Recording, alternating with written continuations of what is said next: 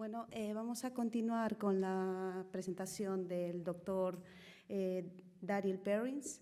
Es profesor titular de estudios cinematográficos en la Facultad de Empresa e Industrias Creativas de la Universidad del Sur de Gales.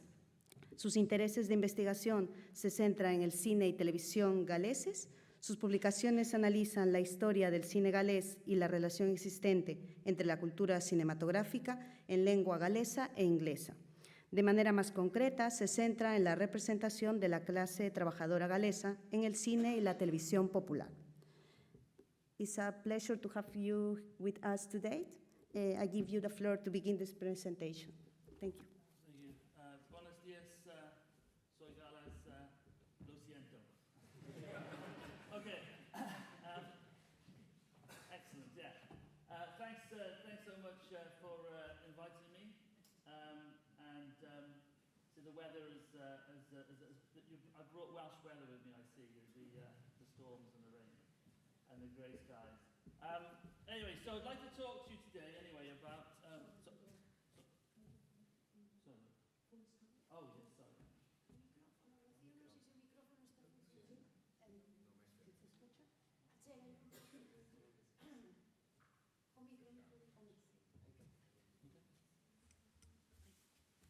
Hello, fine. Yeah.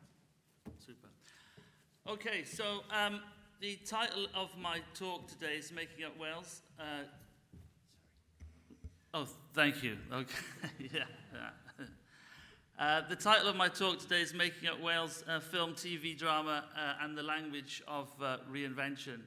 So really, when I was kind of thinking about, what to talk to you about, I mean, I could have spoken at a great length really about policy, but then I thought that you probably need some context. Most of my writing really has been on a kind of textual level. I'm really interested in the idea, I suppose, that Wales has always been reinventing itself. So, for example, the national festival in Wales is called the Eisteddfod, or the Eisteddfod. It's thought of as a very, very ancient festival, but in fact it was created by a stonemason in the 18th century who said that he found a manuscript which dictated all the rules and regulations of this festival, which is essentially it's based around competition, the best poems, the best singers, the best harpists, and so on. And he sort of created the festival. The first one was in the late 18th century. And after he died, everybody found out that he was a forger. And that festival, if you like, was essentially his own invention. And it wasn't medieval at all. So I think there is a real strong tradition, really, in Wales, yeah, that people are kind of imagining the country into existence. Rather than kind of, standing on tradition and kind of repeating tradition. So I think that's an important premise. And I think that's important, really, when we consider, because my sort of background really is in sort of film studies, when we consider what kind of went before any sort of what we might call Welsh cinema, for example. And that was sort of outsider constructions, really, and films made by Hollywood, not just Hollywood, but also British films as well, but 3 Hollywood films in particular sort of tell us, really, that, and I'll just read out this quote, "A nation needs its own fiction. It is for this reason, the reason that many countries have used fictional narratives to create a self-image." And one of the reasons, I suppose, for that, is kind of the idea that if other people are kind of making these images up for you, it can be very, very tiresome. Essentially what you end up is kind of essentialism. And Wales essentially would get sort of wrapped up with all the other Celtic nations. By that I mean Scotland and Ireland.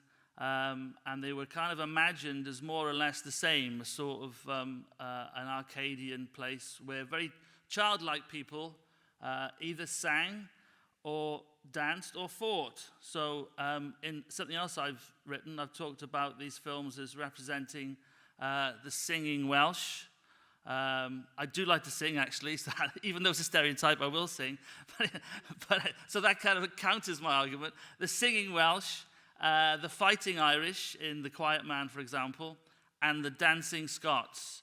So it's the idea, I suppose, that they kind of, their identity is kind of performative, and obviously it's kind of really the result of their kind of these emotions, because they're Celtic, that they can't control. They have to sing, dance, or fight, okay? And of course, this is the opposite, if you like, to Anglo-Saxon urbanity, sophistication, and so on. And so essentially these films really defined, what Scotland, Wales, and Ireland were for many, many years, I would argue, before, those distinct nations developed their own cinema cultures. And there's a nice little quote here from John Brown. He says, they're not unsympathetic attempts, but the way they represent the Scots, the Welsh, and the Irish, and their success in being well received internationally. How Green's My Valley, for example, won a number of Oscars in the same year as Citizen Kane. So that means How Green Is My Valley is a better film than Citizen Kane. Anyway, okay, there you go. Anyway, so I'm being sarcastic, obviously. Has long been the subject of bitter attack within these countries. So it's that kind of essentialism, essentially, what I'm talking about, is that we need our own stories, to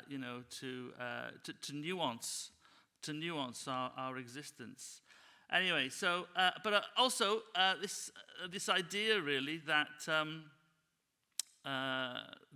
there's been a tradition, really, of the Welsh language and media in particular, around kind of activism.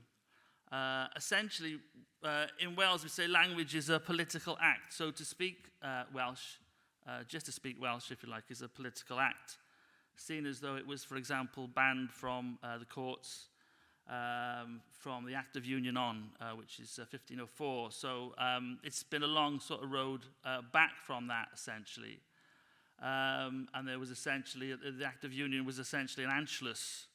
That's usually a word that's used, to talk about Austria when the Nazis took over Austria. But essentially, Wales, in all aspects, ceased to be and became essentially a shire of England, and was ruled in that way. So essentially, then, media in particular has been sort of used, I think, as a way to sort of, claw back identity. And initially, Wales, not anymore, of course. Marta knows this. She's lived in Wales a while. Wales was traditionally a very, very religious place, with no drinking on a Sunday, for example. There is actually, in a village close to where I live, there's still a sign in Welsh, which says, no ball games on a Sunday, okay? So you're not allowed to play football on a Sunday in this particular village. So it was a strong sort of religiosity, Protestant religiosity, and initially then the cinema was seen as very much a threat to kind of morality. But the first kind of really, at National Eisteddfod,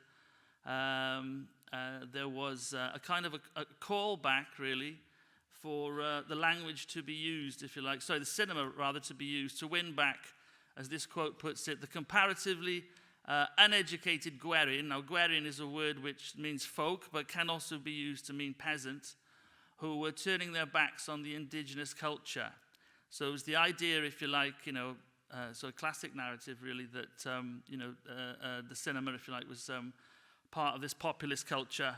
But essentially, this was the first time in which the Welsh establishment, if you like, saw cinema as a way that the decline in the language could be stopped. And it's an important date, 1925, because that was the year after, 1921, the census, 4 years after, when the language went below 50%. There were less than 50% speakers. And then in 1935, we have the first kind of Welsh language film, A Chwarelwyr, which is the quarryman.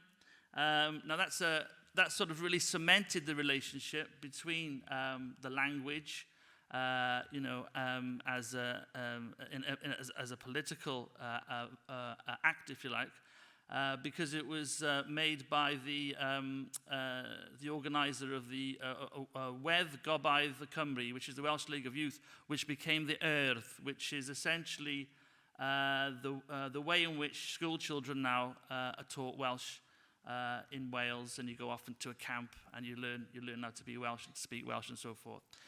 So it was made really in support of that, and to encourage, more people to speak Welsh.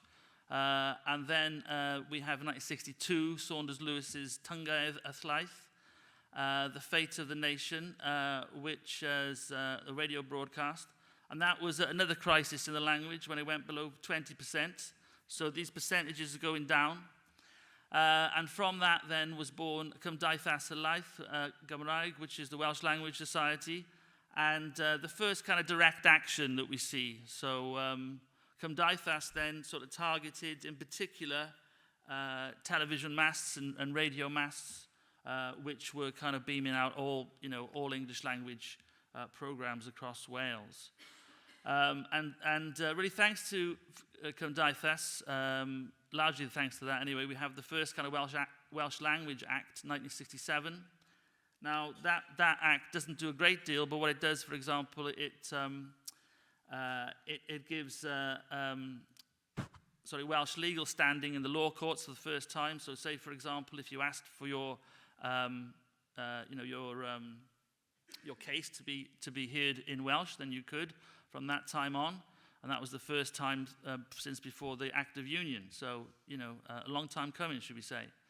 And then in 1977, we have Radio Cymru, which was the first kind of all Welsh national radio station. That's very important, of course, because it sort of gelled the country from north to south. The language itself had been kind of like going into sort of dialects, Gogledd Cymraeg, and so on. And Radio Cymru, if you like, held that kind of together. And there were a number of national sort of programs, if you like, which created a sort of standard Welsh from then on. And then the bit that I'm probably most interested in is S4C, S4C, a TV station then, all Welsh, well I say all Welsh, it's got about, on average, about 6 hours of Welsh language programming a day, and then it sort of takes programs from English Channel 4, usually late at night, for example. Comes into being after Gwynfor Evans, who threatened to go on hunger strike. So, I mean, that sort of underlines really the kind of the political acumen, really, of the language, and because Gwynfor Evans was influenced, for example, by people like Bobby Sands, and people in Northern Ireland who also went on hunger strike. But of course, they took it to the end, to the nth degree, and paid with their lives. Anyway, so he didn't, and we had S4C. And then 1993, we have a much more substantial Welsh Language Act, and Welsh and English now have kind of equal status. And so, for example, if I ring up any sort of institution in Wales, and I say Bore da, good morning, then they have to put me through to somebody who can speak Welsh. So they have to actually employ somebody who can speak Welsh, who can pick up that phone and say Bore da back to me, and so on. Okay. Likewise, we now have kind of bilingual signs. And everything, more or less everything now is bilingual. And so, for example, when I got on the train in Cardiff to come here, the announcement was first in Welsh, the train to Llundain, which is London, and then it was in English. So if you're a non-Welsh speaker, you have to wait for the Welsh announcement first. So I think that's very important. I just want to sort of Ruth McElroy, etc. They say, in the absence of long-established independent civic institutions in Wales, the media then has played a pivotal role in representing Welsh cultural life and of course civic identities. So we are kind of like essentially got that increasingly it's very important in civic life.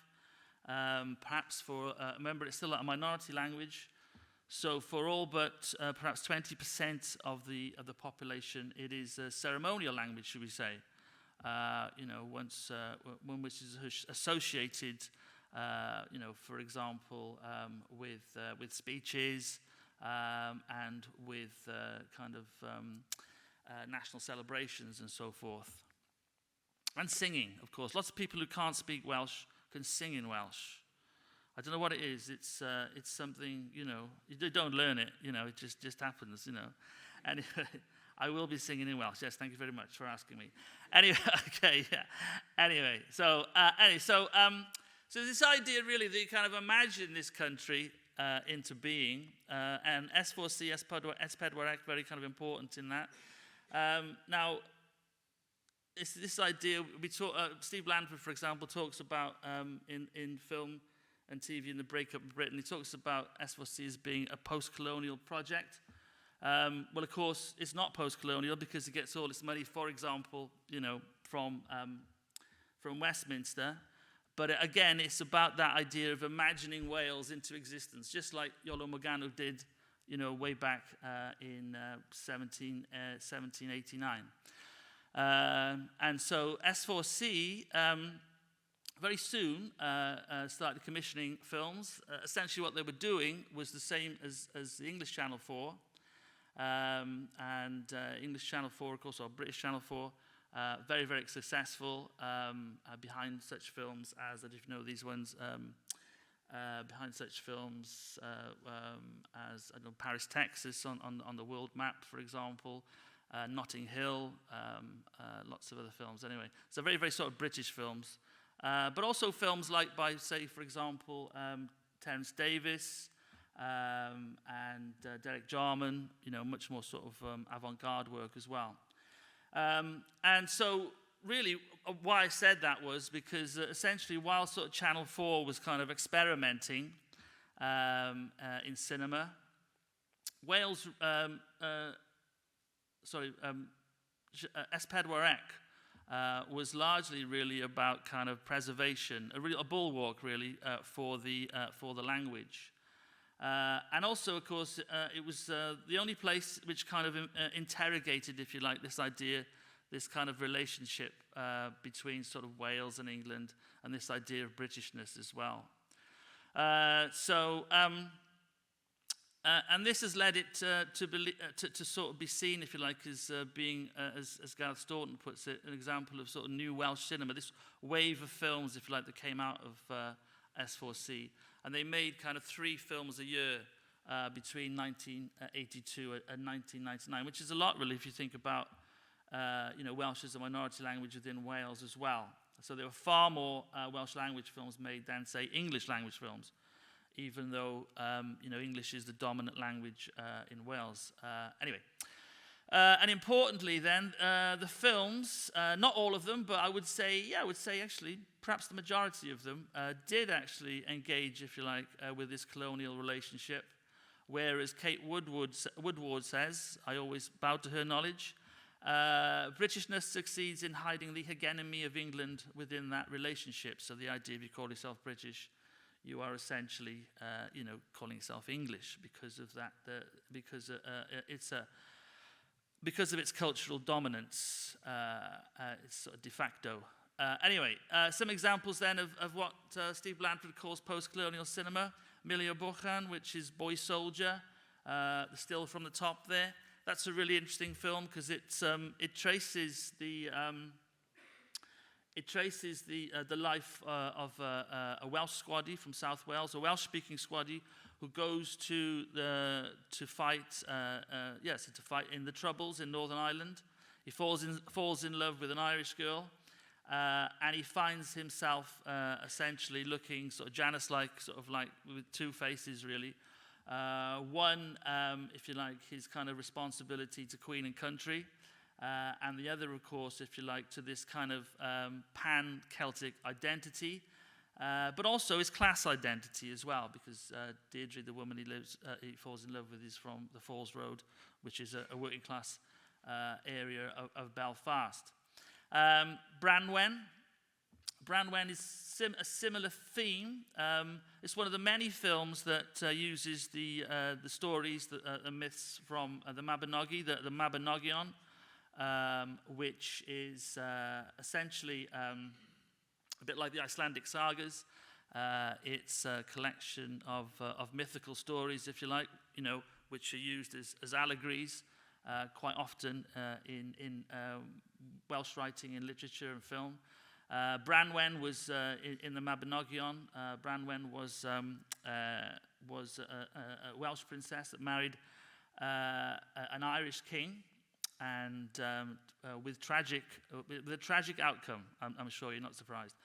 Anyway, and then perhaps most interesting is Gydal Lenin, or Leaving Lenin, which is a very, very ambitious film in that it uses a school trip to St. Petersburg just after the end of the Soviet Empire, if you like, to create a sort of end of empire narrative.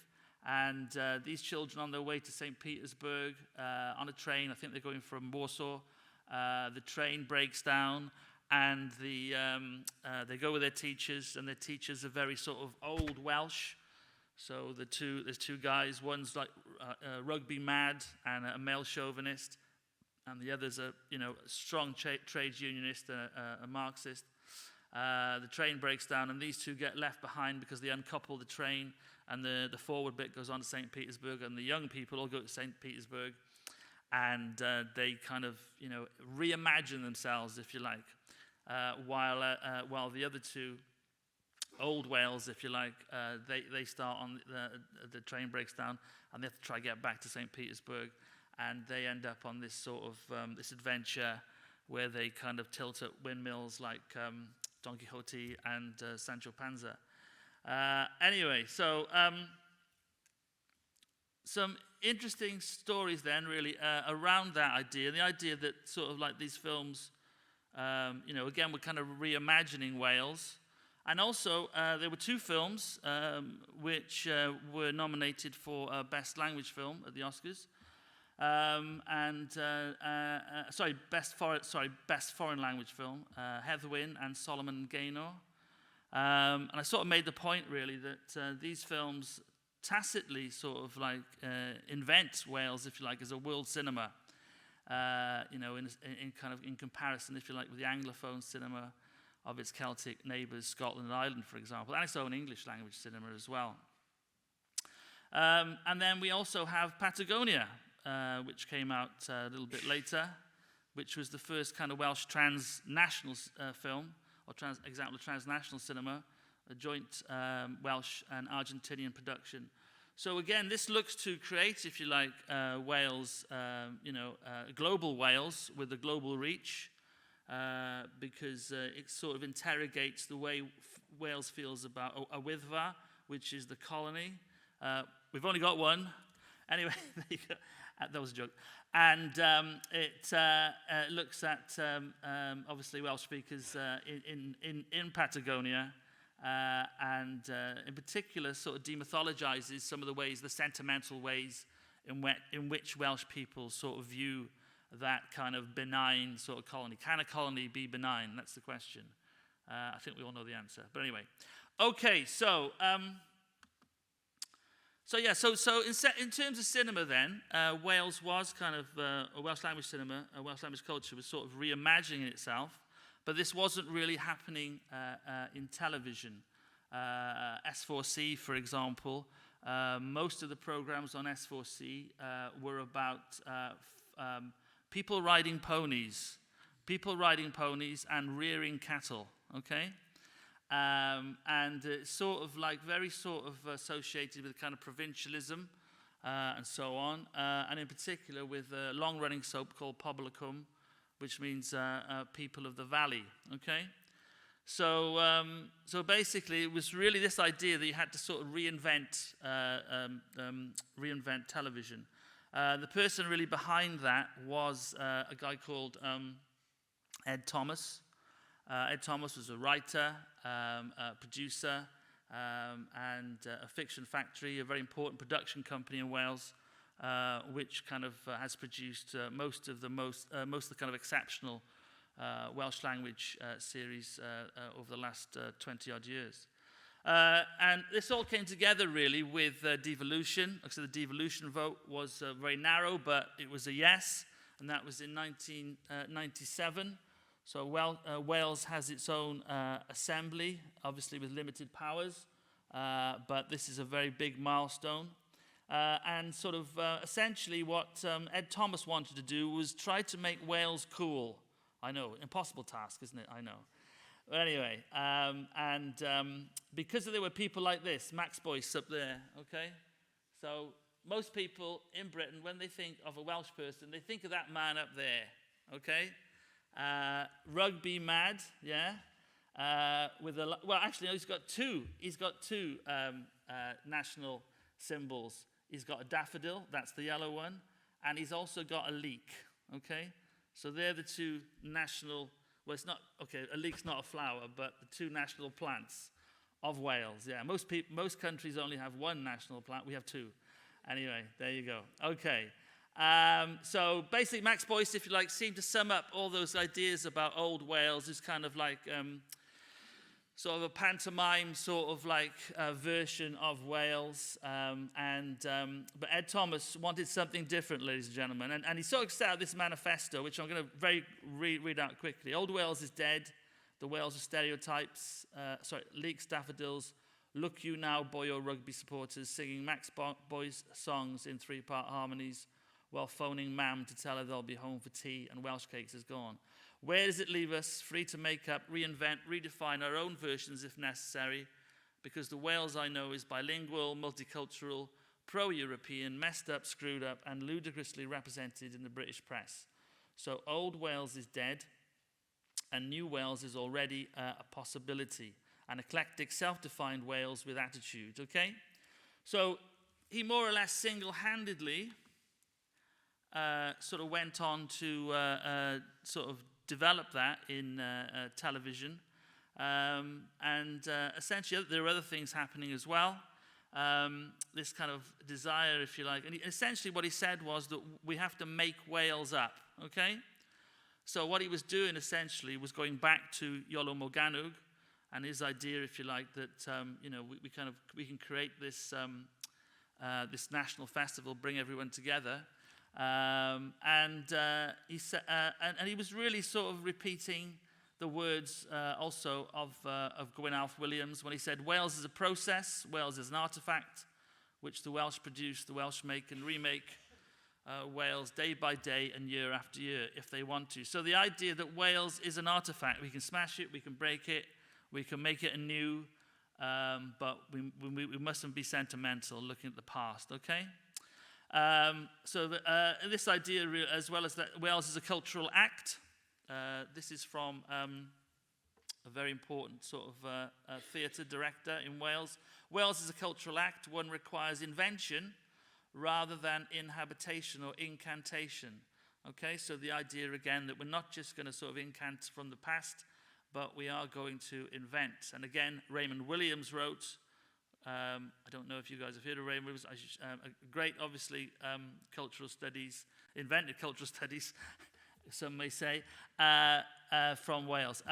He wrote that the shape of Wales, more than most, is in constant movement. Our experiences have been so dynamic and so shifting that if the shapes had not changed... Oh, sorry. Oh, my God. I haven't even... wow. Okay. Oh, I didn't see it. Sorry. Anyway, okay. All right, I'll do that very quickly. Okay, so... right. So, we had Cool Cymru. So, some examples then. Yeah, I do talk too much. I'm sorry. Right, okay. So, yeah... 5 minutes, what am I going to do? 4 minutes, 3 minutes, what am I going to do? 2 minutes, what am I going to do? 30 seconds, all over. Right, okay, sorry. Okay. All right, I'll reinvent this. Okay, so going forward then, S4C then had all these kind of really sort of invented sort of metropolitan Wales with things like Caerdydd, which was kind of a sort of Welsh soap opera.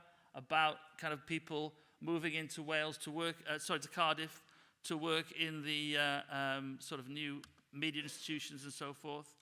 A Gwylt, a hinterland, reinvent Wales as a Scandinavian country. We've got sort of Welsh Scandi-Noir now. And importantly, it uses code switching as well. And code switching, I think, is important if you have a minority, language within the body politic, if you like. So I think hinterland then is very important. It offers, if you like, a declaration of Wales as a small nation on the edge of Europe. Again, sort of like engaging in that kind of post-colonial narrative. It's Welsh quality TV, if you like. And it's moving away from the terraced houses, the rugby and all the rest of it. And importantly then, it uses code switching. I don't know what you think about code switching. We can talk about this perhaps. So the English language version, called Hinterland, actually has 20% in Welsh. As Mickleston said, who's actually a Welsh speaker, she says, this has the real feel of life in Aberystwyth, which is governed by the presence of the two languages and the constant refocusing of your linguistic awareness. So it's the idea, in Wales anyway, really up until this time, the Welsh language was sacrosanct, it was a sort of holy cow, and the idea really that S4C only made stuff in the Welsh language. But now we kind of have stuff that has code switching, and this really sort of is important because it relates, if you like, it's an example of psychological realism to this kind of, the reality, if you like, of living with two languages, one language, of course, being a minority. Anyway, so the latest incarnation, I suppose, in that reimagining Cinema Cymru, S4C now has lost much of its funding. So Cinema Cymru has been set up between Creative Wales, S4C, and the film development agency Film Cymru Wales to support Welsh language films with an international potential.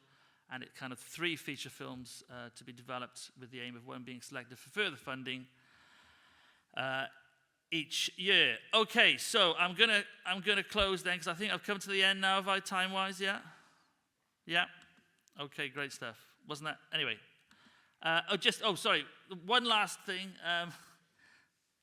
An example then of the success of Cinema Wales would be Gwylt, which is The Feast, which is the first Welsh language horror film.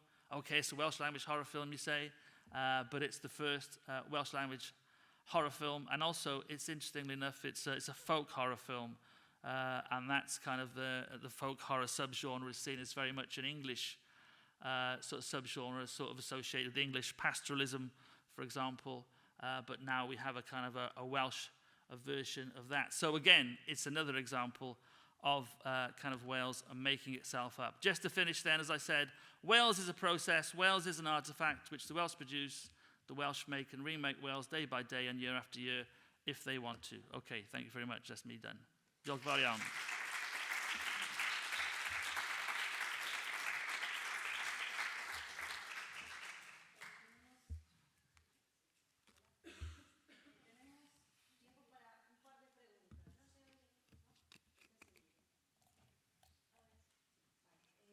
¿Alguien que quiera hacer una pregunta?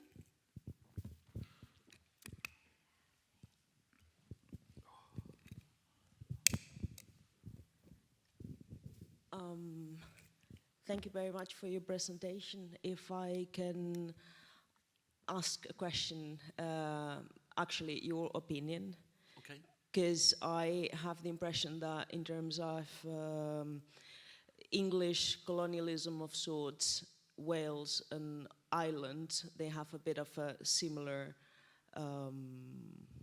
situation. So my question is, I was reading about the Welsh situation and the youth of Wales. They seem to be very engaged with the revitalization of the language. Yeah. Do you think, and actually in Ireland, for example, it does not seem to, that the youth, they don't seem to have this sort of feeling as they do in Wales. Do you think that this perhaps is because of the media influence and the availability of content in the media? or? I think it's because of statehood. I think in Ireland, obviously, you know, it's a sovereign state, yeah. So, and it has colonized the English language in a way that Wales has not colonized the English language. So I was in Dublin last year, and I went to the a museum of literature. I can't remember the exact title, but there were presentations on all the great Irish writers. Okay, so saying we're talking, I don't know, Oscar Wilde. Okay, James Joyce. And so the list is endless, essentially, yeah? Now, that hasn't happened in Wales, for example. So I think in Ireland, English is an Irish language, yeah, in a different way to it is in Wales. Do you see what I mean? Because the Irish have kind of colonized it already. And also, of course, in terms of the state, if you like, has been formed around through the English language as well. Yeah. Now, if you go to Northern Ireland, yeah, it's very, very different. The youth in Northern Ireland, yeah, are much more,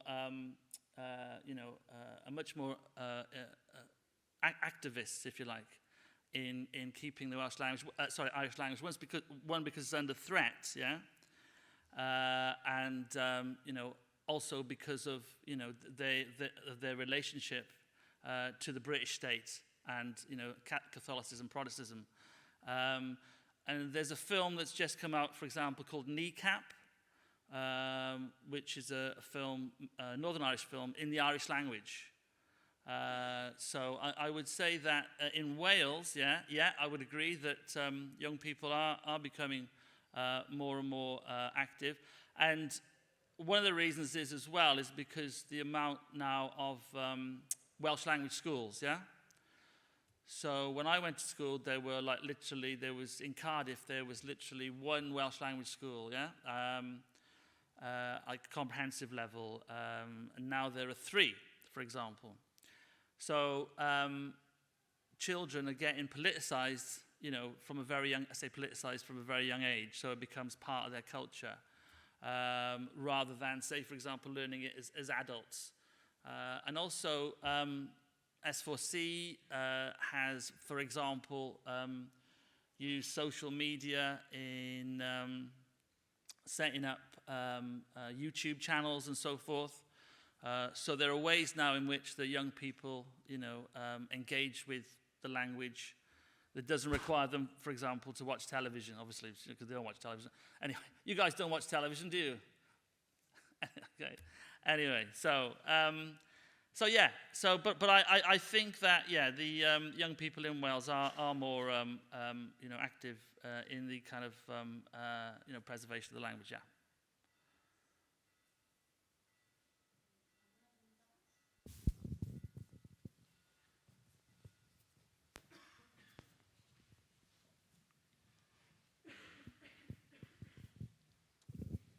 Hi, so I would like to ask you basically, as I've never been to Wales.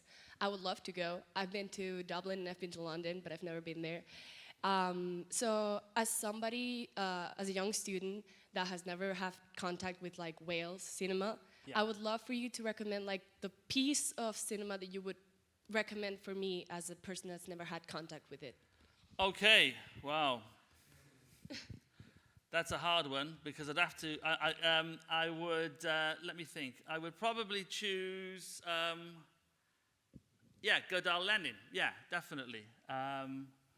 Which is, as I said, about a group of school children who are on a train, and they're going to St. Petersburg. It's got a great soundtrack as well, and it's informed by. It's got. Have you heard of Cool Cymru? It's got lots of like really cool bands on the soundtrack. Cool Cymru was. Have you heard of anybody heard of Britpop? Britpop, which is like in the 90s, there was bands like Blur, Oasis, Pulp, yeah. So at the same time, a group of Welsh bands came out, like Catatonia, Manic Street Preachers, Stereophonics. I don't know if you know any of these, Super Furry Animals, but anyway. So they weren't singing about the same sort of things as Blur or Pulp, And so they were called by the press in London, they were called Cool Cymru. So that kind of stuck, really, and became like a movement. And they kind of started off, I suppose, in a movement to think about Wales as being kind of cool. I mean, when I was growing up, the only sort of Welsh music in my house was Tom Jones, yeah? You know Tom Jones, yeah? It's not unusual to listen to Tom Jones in Wales. Anyway, and so the first time, if you like, the 1990s, there were sort of like bands, there were indie bands that we could listen to. So yeah, I would definitely recommend that because you know, it kind of like it's a kind of youth at a sort of a pivotal sort of moment, really. Anyway. ¿No? Vale, pues hemos terminado con la presentación. Muchísimas gracias. Thank you so much. Okay. Thank you.